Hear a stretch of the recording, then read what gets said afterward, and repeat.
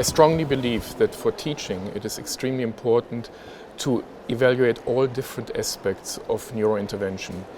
In the LINK course, the major focus is on looking at technical challenges, at discussing difficult approaches in patients. But this is but one side of our field. We also have to know the basics such as neuroanatomy, neurovascular anatomy. Basics also are encompassing imaging of neurovascular malformation.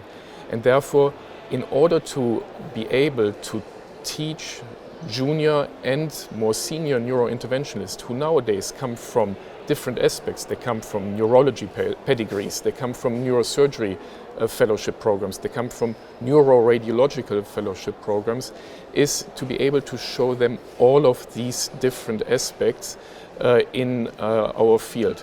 Simply because we need to get everyone up to speed from their specific angle of work. Not every neuroradiologist knows about how to treat the sequelae of a subarachnoid hemorrhage in an intensive care unit. This is something that we'll have to teach this subspecialty.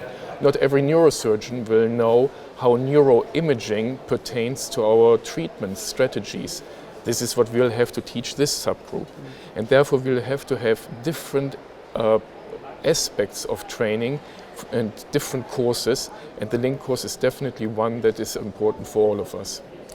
So it's an important thing to integrate all of this, and it's clear that with the excitement after the famous trials, there's almost a rush to do mechanical thrombectomies, and yet there's a lot of other things that need to be accomplished in terms of education before we arrive there. Exactly, so we'll have to also know a little bit about epidemiology of stroke treatment. Do we really have to treat every single patient? Do we really have a very good outcome in patients with low aspects? So the importance here is that we as neuroradiologists, neurointerventionists, understand for which patients do we and should we do what type of treatment. Just moving ahead and taking a clot out as an example, or just moving ahead and putting some glue or onyx into a malformation is not sufficient. We'll have to understand what we are treating and why we are treating, what the natural history is of the lesion if left untreated, and what we are doing to the patient.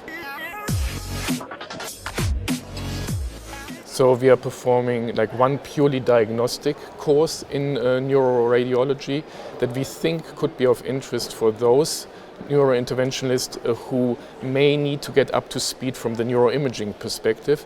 And we are doing now in its 20th year, the 20th annual Interventional Neuroradiology Symposium, where we are having debates, where we are discussing controversial themes in a debate style format, because I believe that bringing neurologists, conservative neurologists, together with the neurointerventionists, bringing the open vascular neurosurgeons together with the endovascular neurosurgeons is of great benefit for the audience in order to make a multidisciplinary decision on how to treat a patient. I strongly believe that neurointervention is a team sport. You have to have the neurosurgical team player, the neuroradiologist team player, the neurologist team player, and we even have to expand our team now with geneticists, with epidemiologists, with neuroanatomists, because all of these aspects are important in our daily routine of treating patients.